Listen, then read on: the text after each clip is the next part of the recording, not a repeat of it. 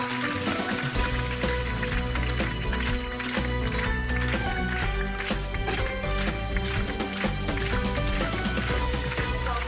bienvenue dans le Grand News. Ce soir, plus de 11 000 morts, 350 000 habitants, prise au piège des conditions de vie inhumaines. De 1992 à 1996, la ville de Sarajevo s'est retrouvée encerclée par les Serbes. Ce siège qui est, vous le savez, considéré comme le plus long de l'histoire moderne et le plus dangereux. Les détails en plateau de notre journaliste Rémi Ourdan. Prise au piège, des conditions de vie inhumaines. De 1992 à 1996, la ville de Sarajevo s'est retrouvée assiégée par les Serbes. Ce siège est considéré comme le plus long de l'histoire moderne.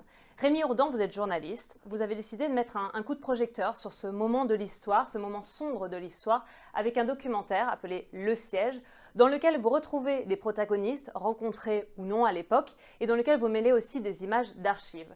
Quel a été votre sentiment à l'époque lorsque vous avez pénétré dans cette ville et comment se passait la vie sur place? Un choc face à la violence extrême, c'est-à-dire que d'habitude, je le découvrirai plus tard dans ma vie parce qu'en couvrant plein d'autres conflits après, mais on va au front, il y a des combattants, mais les civils, ils essayent de se protéger, ils essayent de s'enfuir, ils vont vers l'arrière, ils essayent de sortir du pays. Là, tout le monde est bloqué sur un front. Les civils comme les combattants, c'est un petit siège. Tout point peut être atteint à n'importe quel moment dans la ville. Il y a des milliers d'obus qui tombent par jour en 1992. Donc d'abord un sentiment d'extrême violence, etc. Et puis ensuite, en découvrant les gens, cette sensation incroyable qu'ils essayent de rester dignes. Alors, bien sûr, la résistance armée, très forte, des types sans armes, quoi, qui inventent une résistance armée. Qui s'organisent. Qui se sacrifient, vraiment. Et puis derrière eux, des habitants qui se comportent incroyablement bien dans quand même un océan de violence et de sauvagerie dans cette région. Vrlo jednostavna žrtva koju ćemo podnijeti do kraja da se bude tu I da se uradi najbolje ono što znamo raditi. Puno sam izgubio dragih ljudi, rodbine, prijatelja I suboraca. Pa mislim da sam izgubio skoro cijelu svoju generaciju. Da je to ta generacija negdje od 68. do 72. 3. godine. Da je to, da smo mi jednostavno zbrisani. Au-delà donc de la surprise de ce siège, du déni finalement, ensuite on arrive vraiment vers l'unité et le fait que toutes ces personnes-là sentent que ça va quand même un peu durer, qu'il va falloir résister et au lieu finalement de rester chacun dans son coin et d'essayer de se sauver, et bien là, c'est l'unité qui l'emporte. C'est le sentiment principal qui ressort du film et je suppose que vous avez ressenti sur place. Dans une région où tout le monde se battait pour une cause nationaliste, se battait pour diviser, pour séparer les populations. Eux se battaient pour rester ensemble. Ils n'ont rien demandé, quoi. Eux, ils n'ont pas épousé une cause tout d'un coup. Ils se sont battus pour garder la vie d'avant, pour garder une vie normale, pour que des musulmans, des juifs, des serbes et des croates puissent continuer à vivre ensemble, pour avoir une vie un peu urbaine, etc. Et donc pendant le siège, ils l'ont aussi montré. Ils ont continué à créer, ils ont continué. Il y a eu beaucoup de solidarité, et puis il y a eu beaucoup de vie culturelle, artistique, etc., qui pour eux était aussi, alors d'abord une manière de ne pas devenir fou, mais aussi une manière de montrer qu'ils continuaient à défendre ces valeurs. I u tom trenutku je zaista to bilo, zapravo smo mi bili nekako zatvoreni I totalno upućeni jedni na druge. Pošto smo svi u istom problemu, da nas neko strašan koji je fašista napada naš grad I da mi se branimo iznutra, onda je zapravo to svi poticalo jako na to da budu kreativni iz nekada vrlo jednostavnog razloga što ti misliš da ti je danas zadnji dan kad se probudiš I da nešto moraš učiniti da ono što bi bilo lijepo da učiniš u zadnjem danu svog života.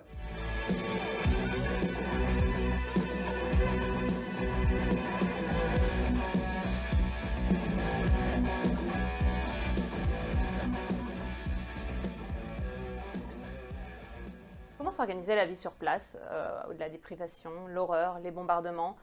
Comment la population a réussi à malgré tout survivre pendant ces 4 années? D'abord, tout le monde a perdu 30 kilos la première année, il n'y avait rien, ils n'avaient pas imaginé cette guerre, donc il y avait pas ils n'étaient pas préparés, il n'y avait pas de stock, il n'y avait rien. Bon, il y a eu un pont aérien humanitaire de l'ONU qui a aidé, Et puis la deuxième année de guerre, au bout de 15 mois de guerre, ils ont creusé un petit tunnel vers l'extérieur qui débouchait sur une montagne. Ils ont réussi à faire venir un peu d'armes, de munitions, de nourriture. Mais ça a été un siège épouvantablement dur. Koliko toliko to rati, ali je to bilo užas, užas. Kad smo počeli brojiti, prebrojavati, 270 mrtvije sam ja gore našao, ni na jednom imena ni prezimena nema, da se zna ko je. Da smo mi uz pomoć porodica, čak što više ja sam imao svojih poznanika, ne možeš ga prepoznati. Bilo po 5-6 dana, nisu 10 ukopavati i teško je to bilo prepoznati. Onda su bili počeli crvi. To je haos čita bio, nije bilo vode, nije bilo struje. Le premier hiver, qui est un des personnages dit dans le film, c'est la guerre brutale, là, vraiment, qui a commencé avec le froid, etc. Sauf que des hivers, il y en a eu un deuxième, et puis il y en a eu un troisième. Et donc ce temps qui passe, ce sentiment que ça finira peut-être jamais, ce sentiment d'abandon, ce sentiment qu'ils savent que leur armée ne peut pas briser le siège, ils ne sont pas assez forts pour ça, ils ont un assiégeant militairement très puissant, et puis un sentiment d'abandon absolu avec les années qui passent, quoi. Justement, vous parlez d'abandon. Comment les populations vivaient cette non-réaction, on va dire, de la communauté internationale qui a laissé traîner pendant 4 ans et qui, au final, en 24 heures, a levé ce siège? Comment ça a été vécu? Les Sahraouiens le vivaient comme une grande injustice. Quand l'Europe, les États-Unis, l'OTAN ont décidé de réagir, tout s'est arrêté en une nuit. Officiellement, ça a duré quelques semaines. Mais après la première nuit, il n'y a plus eu de mort. C'était fini. Et donc ça les a renforcés dans cette idée que ça aurait pu être fait avant, pendant 4 ans, plutôt que de les laisser mourir et être assiégés comme ça en pleine Europe, à la face du monde, etc. Donc ils ont la conviction, toujours aujourd'hui, que cette intervention aurait dû avoir lieu beaucoup plus tôt. Honnêtement, même en étant reporter, observateur là-bas à l'époque, on partageait ce sentiment. Enfin, on avait le sentiment que c'était pas si compliqué d'arrêter ce conflit. Après, je ne suis pas politique ni diplomate, mais c'était quand même l'analyse qu'on faisait aussi. Au-delà du documentaire, est-ce que vous considérez qu'il y a une certaine résonance, 20 ans plus tard, dans ce conflit, avec ce qu'on peut découvrir aujourd'hui en Syrie, par exemple? Je pense que les Sahraouiens incarnent quelque chose, voilà, qui peut toucher d'autres gens. J'ai vu des Français, là, sortir de projection et me parler de la France, des attaques de 2015, des principes à défendre face à une idéologie totalitaire, par exemple le djihadisme. Enfin, donc j'ai vu des gens qui trouvent un écho dans ce film, qui parlent d'autres choses, qui se l'approprient, qui pensent à un autre conflit, etc. Donc j'espère que oui, c'est un film qui dépasse largement le siège de Sarajevo. Merci Rémi Ourdan. Merci. La quatrième partie de l'entretien de ce Syrien qui voulait, bien évidemment, sa propre révolution, le massacre de la Saint-Valentin. C'est la quatrième partie de son entretien ce soir.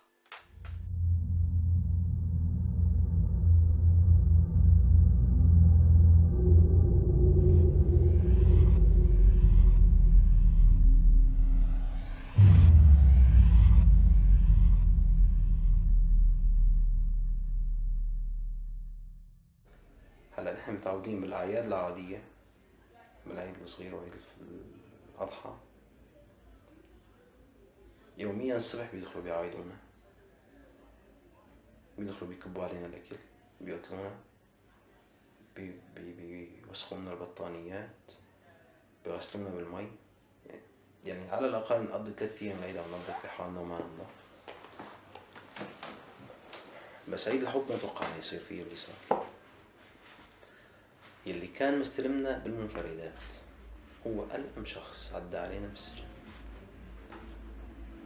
هذا الشخص يوم مجزرة عيد الحب دخل عنا، كان 14 شباط، دخل الصبح، هو يلي بده يوزع الأكل، فطلب مخالفين، طلب مخالفين مع رئيس المهجع. رئيس المهجع طلب 2 ينزلوا كمخالفين. صار خلاف بالمهجع لأن هذا الشخص كانوا يصيحوا له عبده، ونحن نعرف اسمه عبده بس هو أكيد مو اسمه عبده. يعني صار خلاف بيناتنا، يعني طالما عبده اللي بده يعذب مصيبة، ما بنقدر نتحمل قتلة عبده. عبده لئيم جدا. فاختاروا 2 كان صار لهم زمان من متعاقبين، وهو نزل معهم إجباري. رئيس المهجع بياكل قتل مع الكل، ودخل عبده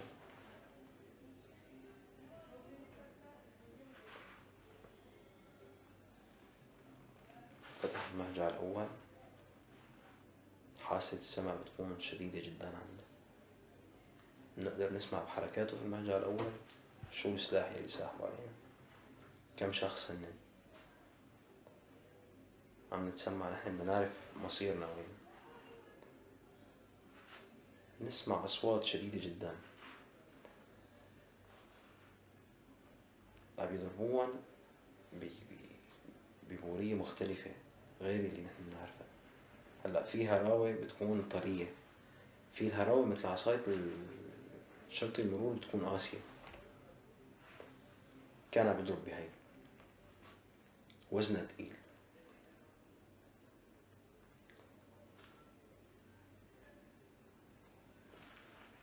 عاقب المهاجر الأولانية لحتى وصل لعنا. اللي وصل لعنا كان المعاقبين، واحد من درعا، واحد من رستن، واحد من دير الزور. هدول الأشخاص اللي بذكرون هن كانوا يمكن 3 مو أكتر.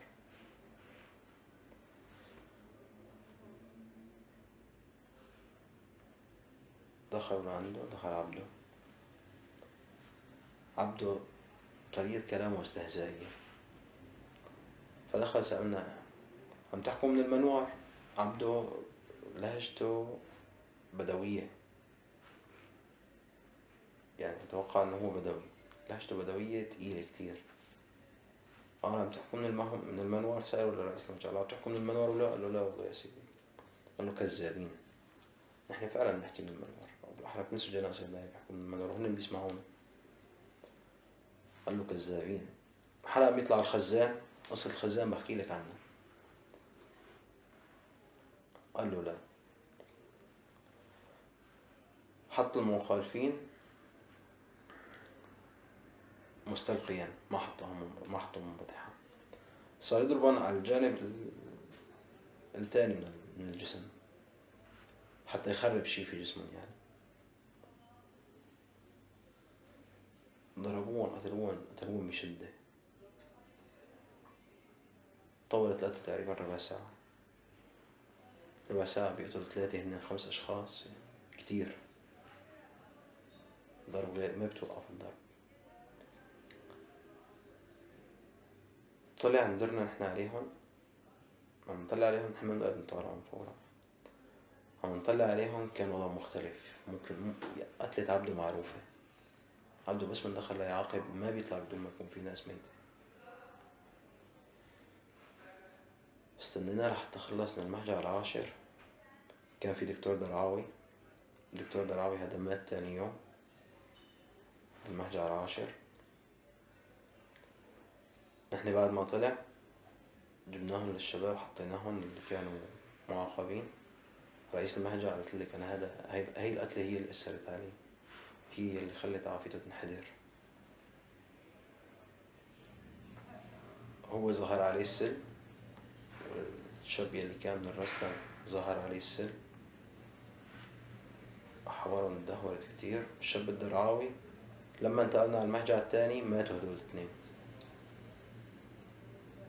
عادل مات، الشاب اللي من الرستن، والشاب الدرعاوي توفى كمان. رئيس المهجع طول فترة بالمهجع الثالث مات. تاني يوم الصبح، هلا نحن عرفنا انه في ناس ماتت في الجناح، بس اننا غطوا معه الوجه، ما عاد سمعنا صوتهم ابدا. دخلوا الفطور، عطونا الإعاز وراحوا لتاني يوم الصبح. تاني يوم الصبح بتعدي السالية الطبية من برا بيحكوا في مريض، إذا في مريض بيدخلوا. حدا عنده مريض، فكل المهاجع سيدي عنا جثة. فتحوا الجناح، دخلوا ليطالعوا الجثث. طالعوا 12 جثة. طالعوا من جناحنا 12 جثة. نحن بنقدر نعدهم كيف؟ بيطالعوا الجثة بيحطوها برا. بنسمع رئيس المهجع لما بيحكي معهم كم جثة عندك ولا؟ بيقول له عندي جثتين. كم جثة؟ عندي جثة. عرفت كيف؟ فنحن عديناهم من الصوت. لما طالعوها نحن نقدر نشوف من تحت الباب في فارق بسيط بين الباب والأرض. بنقدر نشوف منه يعني تقريبا للمهجع الرابع أو الخامس. فالجثث هن حاطينهم من الطرف الثاني، طلعوا الجثة بيحطوهم من الطرف الثاني. عدينا نحن اللي عدينا 8 جثث، من البقية كان في 4. طلعوا من المهجع العاشر 3 جثث، 3 يلي تعاقبوا في المهجع العاشر، 3 يلي ماتوا. طلعوا من المهجع العاشر 3 جثث، 12 جثة توفوا، 12 جثة طلعت من مهجعنا من جناحنا عفوا. تاني يوم الصبح حكينا مع الجناح اللي ورانا بالمنور، دقينا عليهم حكينا، طبعا ما حكوا أول يوم كانوا خايفين كتير.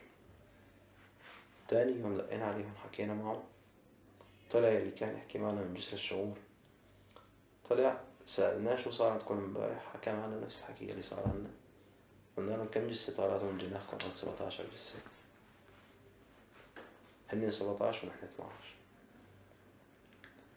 فنحن سميناها مجزرة عيد الحب، عنا في المهجع سميناها مجزرة عيد الحب. بعد فترة بينزل واحد من المشفى من عنا، الشباب اللي كانوا معه بالمشفى كلياتهم عم يحكوا عن يوم عيد الحب ايش صار عندكم. كانت الأرقام متفاوتة، ناس يقولوا طالعنا 9 جثث، ناس يقولوا 13 ناس. كانت الأرقام متفاوتة، من كل جناح كان نفس الرقم.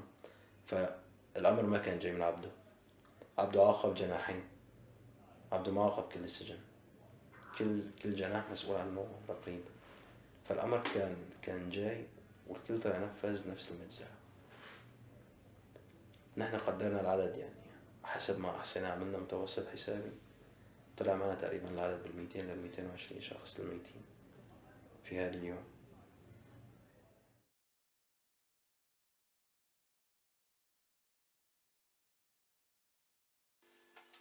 Et demain, bien sûr, nous retrouverons la 5e partie intitulée L'hôpital, le massacre. Fin de ce numéro. J'aurai plaisir de vous retrouver demain à 20h15, sans oublier la rediffusion de votre magazine d'information culturelle et cinématographique ce soir. Donc ce sera ce soir à 22h55. Je vous souhaite de passer une très belle soirée. Merci de votre fidélité. À demain.